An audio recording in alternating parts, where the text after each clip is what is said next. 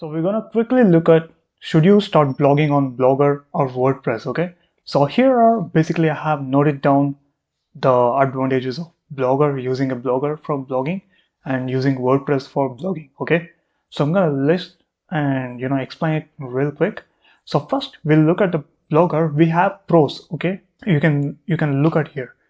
The product, Blogger is a product of Google, firstly, okay? So Blogger, if you go and sign up, it's free, completely free. If you sign up, they will give a subdomain of blogspot.com for you, whatever address you wanna take. Okay, example, makemoneyraj.blogspot.com. So that's a subdomain. And second thing, if you look at, it's a clean, okay, it's a very minimal, okay, no heavy plugins, okay, you cannot even install plugins, external plugins, no. It's very lightweight and simple and fast. It is for a reason, because it is simple and it is also fast and it is free. One more thing, okay, for people who don't wanna don't have money to purchase domain or hosting, which is really cheap, they can actually go for Blogger, which is a completely free, okay.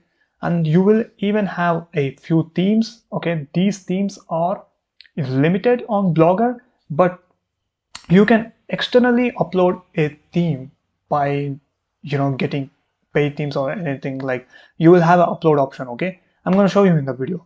Now if we talk about cons, there is one: blog will be on subdomain. Guys, having a blog on subdomains, it's not really good way.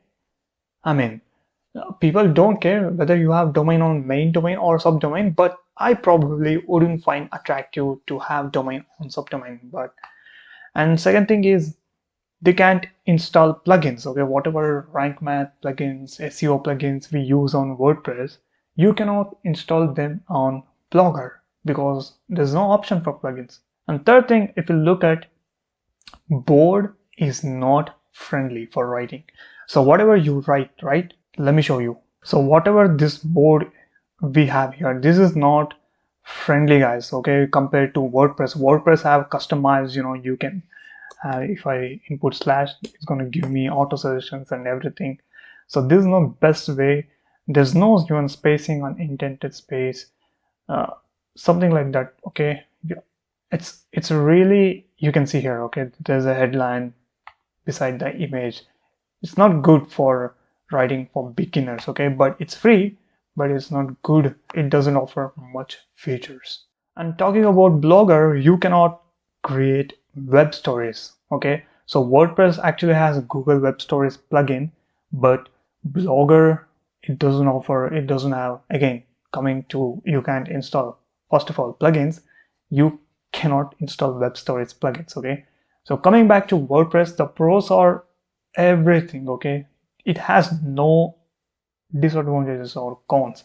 WordPress, easy to use, one, more customizable. You can have endless customizations, unlimited customizations, and it has more features, guys. You can upload video, you can upload embedded things, you can upload images, you can upload plugins, your inbuilt plugins, your external plugins, paid plugins, whatever it is. If you can install endless themes, okay. WordPress has many themes, free themes even available, not paid, and it is so easy to use. It's just a drag and drop, okay. So WordPress is basically popular platform for bloggers, and I even recommend you to move to WordPress.